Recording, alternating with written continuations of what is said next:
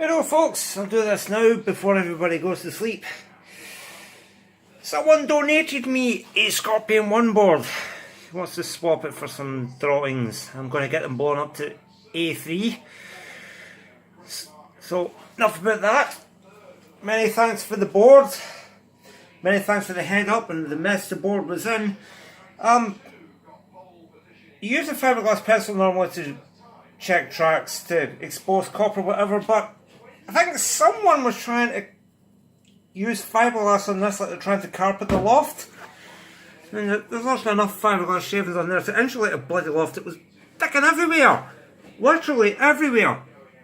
And there's still shitloads of it on there now. I'll need to blow it all off with an air dust or something. You can see it glistening in the light there. Anyway, this is a Scorpion 1 board.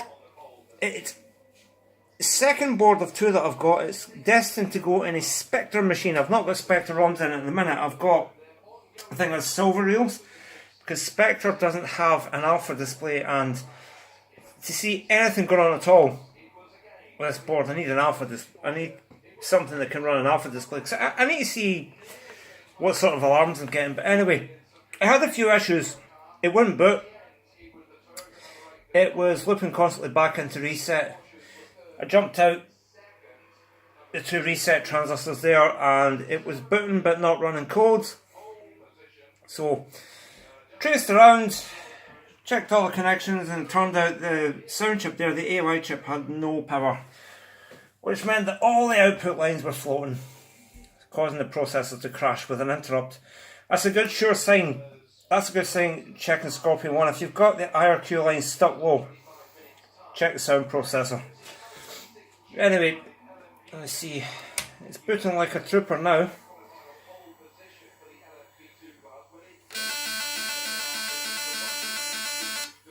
Obviously, I won't go much further past that. I've just got the Scorpion 4 Alpha display plugged in with the first 5 pins there.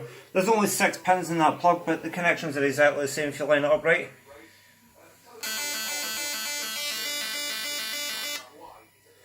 Oh yeah. You see that's basically running away. And it'll be going into a machine shortly. There are issues with the underside of the board though that I had to fix. I'll show you them in a second. Thanks to the magic of video editing, if you hang on a second. It obviously won't do anything because I've got no meters or nothing plugged into it, but that's all I need to see to make sure it's booting. It saves me having to dig that thing out there and scope around the whole thing, so give me a second. Right, as I said, a few issues with the board. Again, more of that fiberglass shit. You can see it glistening in the bottom, you can see I had to burn through some of it. And the 12 volt line and the 50 volt line for the lamps were corroded together. So what I've done is I've actually used a craft knife and I cut the entire 12 volt trace out. Right back to there. So still a wee nick in the 50 volt line there, but it's not shorted. I know the camera focuses, you can see I've cut it out completely.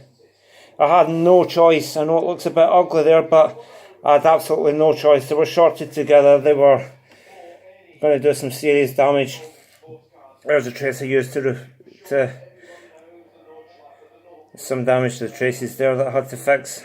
I had to fix that trace there. That's the power trace into the AY chip.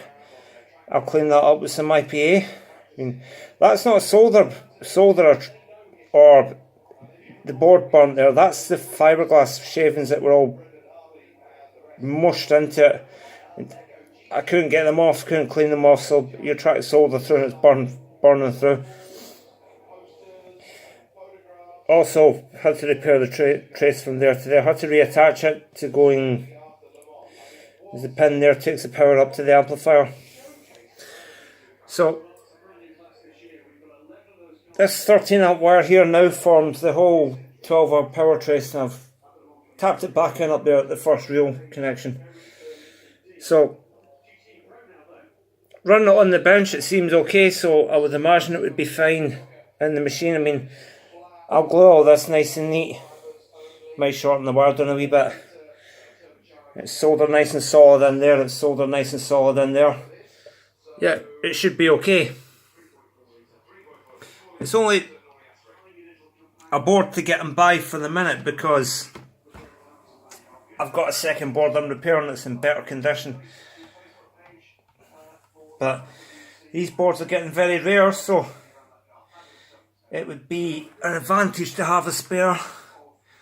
So yeah, as you see, I've also marked the wrong card there as well, A and B. It's marked on the back if you look carefully, but it helps to have it marked at the front as well. So I just took a Sharpie and marked it, and I marked where pin 1 is as well to save them getting in wrong. So yeah, I'll give this a further clean up. The black stuff there is silicone, believe it or not. Somebody was trying to silicone over damaged traces. But yeah, I'll get it all cleaned up. I'll get that bit at the back super glued. I'll get it in a machine and I'll get a video of the machine in action. And then a couple of weeks after that, sorry, you're staring at the bottom of the bin here. Apologies for that. We'll be finishing this one. Well, this one is running away in the machine. We'll get this one done. Much prefer to have this one in the machine because you see there's no trace damage there at all. We got to this one just before the battery popped. No trace damage up there either. Some traces are exposed there, but that's alright. They're 5-volt and ground. There's no serious amount of power going through them. All the parts are ordered. It costs less than a £5 for the bits. We'll put nice high quality polyester dipped orange drop capacitors in there as well. I've got a new sound processor, new amplifier, and I don't think I'll have, there's a few traces that are gone on the top, but we'll patch wire them in. And that'll be this one as a spare. That'll become the spare, and then this one will be running in the machine. I'll hopefully keep it going for a good few years. Anyway, that's enough for this one. Bye bye.